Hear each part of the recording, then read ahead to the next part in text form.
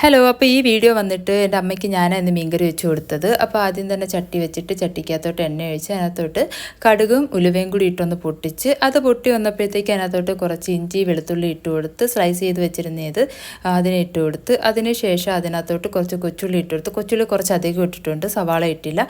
എന്നിട്ട് അമ്മയെ കൊണ്ട് ഉപ്പിട്ടതിന് ശേഷം ഞാൻ കുറച്ച് തക്കാളി ഇങ്ങനെ കട്ട് ചെയ്ത് വെച്ചിട്ടുണ്ടെന്ന് അതിനെ ഇട്ട് കൊടുത്ത് ആ സമയത്ത് ഞാൻ അതിനകത്ത് മസാല റെഡിയാക്കാൻ പോയി. മുളക് പൊടി, മല്ലിപ്പൊടി, മഞ്ഞൾപ്പൊടി, കുറച്ച് കുരുമുളക് പൊടി ആവശ്യത്തിന് ഇട്ടാൽ മതി, എരി കൂടിപ്പോവും.